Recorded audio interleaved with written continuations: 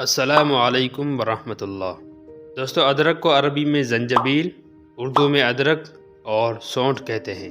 یہ ایک قسم کی مشہور جڑیں ہیں۔ یہ پاکستان اور ہندوستان کے علاوہ دیگر ممالک میں بھی پائی جاتی ہے۔ دوستو، رنگت اور ذائقے کے لحاظ سے اگر دیکھا جائے تو ادرک کی رنگت زرد مٹیالی خاکستری ہوتی ہے اور ذائقہ چرپرا ہوتا ہے۔ افعال و اثرات کے لحاظ سے دیکھا جائے تو غدی اعصابی یعنی جگر و غدد میں تحریک، قلب و عضلات میں تحلیل اور دماغ و اعصاب میں تسکین پیدا کرتا ہے۔ کیمیاوی طور پر خون میں صفرا اور حرارت یعنی گرمی پیدا کرتا ہے۔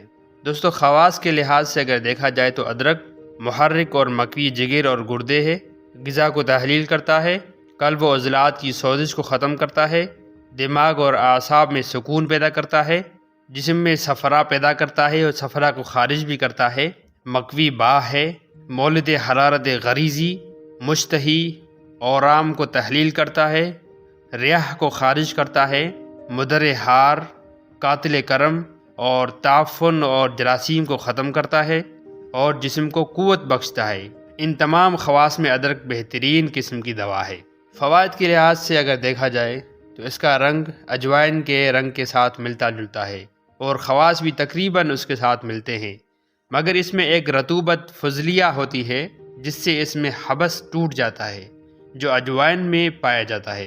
یہ صفرا کو پیدا کرتی ہے اور خارج بھی کرتی ہے۔ اجوائن کی طرح اس کا فرق دیگر چرپری ادویات کے ساتھ بھی کر لینا چاہیے۔ دوستو، اس کا مزاج تمام چرپری دواؤں کے مقابلے میں مختلف ہے، یعنی ایک طرف عضلاتی غدی عضلاتی چرپری ادویہ جن میں سرخ مرچ اور جمال گوٹا تک شریک ہیں، دوسری طرف غدی اعصابی ادویہ جن میں سیاہ مرچ اور زیرہ سیاہ تک شریک ہیں، جو اول الذکر کے مقابلے میں بہت لطیف ہے۔ دوستو، قرآن مجید میں اس کے متعلق آیا ہے کان مزاجھا زنجبیلا، یعنی جنت کے ایک چشمے کا ذکر آتا ہے جس کا مزاج اور میلان زنجبیلی ہوگا، گویا اس میں ایک قسم کا چرپرا پن ہوگا، اور دیگر ہر قسم کی چرپری ادویہ بھی اس کے تحت آ جاتی ہیں، جن میں خاص طور پر سرخ مرچ، پیاز، لہسن، دارچینی، لونگ، ہری مرچ، ٹماٹر، مرچ سیاہ، زیرہ سفید اور دھنیا خشک وغیرہ، یہ سب ادویہ مزاجوں کی کمی بیشی کے ساتھ چرپرے ذائقے میں شریک ہیں۔ ادرک کا استعمال۔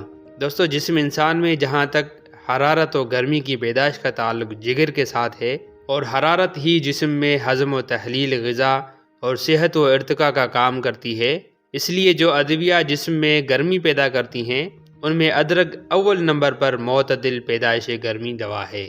اس سے جگر اور غدد کے افعال تیز ہو جاتے ہیں، حرارت کی پیدائش بڑھ جاتی ہے، قلب و عضلات کی سوزش ختم ہو کر ان میں گرمی پیدا ہونا شروع ہو جاتی ہے، دل پوری قوت کے ساتھ کام کرتا ہے، اعصاب میں تقویت آنا شروع ہو جاتی ہے جس کے ساتھ ذہن اور حافظہ بہت تیز ہو جاتا ہے۔ ادرک چونکہ محرک جگر اور غدد ہے اور وہاں پر انقباض پیدا کرتا ہے جس سے اس میں تیزی آنا شروع ہو جاتی ہے اور طاقت بڑھنا شروع ہو جاتی ہے، اسی وجہ سے مقوی اور مبہی ہے، یعنی جسم کو تقویت پیدا کرتا ہے۔ دوستو، ادرک کے حوالے سے ایک غلط فہمی پائی جاتی ہے کہ بعض اطباء نے لکھا ہے کہ چونکہ ادرک میں رطوبت فضلیہ ہوتی ہے اسی لیے یہ کسی حد تک گیس پیدا کرتی ہے۔ دراصل یہ خیال بالکل غلط ہے۔ جو دوا یا غذا حرارت یا صفرا پیدا کرتی ہے وہ گیس ہرگز پیدا نہیں کر سکتی، چاہے اس میں کتنی بھی رطوبت فضلیہ کیوں نہ پائی جائے۔ حقیقت یہ ہے کہ ہر وہ دوا جو کسی عضو کے لیے موزوں ہے، جب اس میں تحریک پیدا کرتی ہے تو وہ تحریک انقباض کے بغیر نہیں پیدا ہو سکتی، وہ انقباض پیدا ہونا اس دوا کے ذمہ لگایا جاتا ہے۔ یاد رکھیں کہ ادرک بہت ہی زبردست کاسر ریاح ہے، یعنی جسم سے گیس کو ختم کرتا ہے، دافع ترشی ہے اور ملین ہے، اسی وجہ سے ریاح شکم، درد شکم اور درد سینہ میں بے حد مفید ہے، اسی وجہ سے پیٹ کی گیس، پیٹ کا درد اور سینے کے درد میں بہت مفید ہے۔ اس مقصد کے لیے بیرونی طور پر تیل میں ملا کر یا بغیر تیل کے خشک ادرک کو مقام درد پر مالش کرنے سے آرام ہو جاتا ہے۔ چونکہ ادرک محرک جگر و غدد ہے، اس لیے ادرار بول اور پتھری کو خارج کرنے کے لیے بے حد مفید ہے۔ دافع ترشی ہے، اس لیے نقرس میں بھی بے حد مفید ہے۔ اس کا سب سے بڑا فائدہ یہ ہے کہ اس کے استعمال سے جسم میں آہستہ آہستہ گرمی اس قدر بڑھ جاتی ہے کہ آنکھوں میں طاقت پیدا ہو جاتی ہے اور بینائی بڑھ جاتی ہے۔ بہت شکریہ۔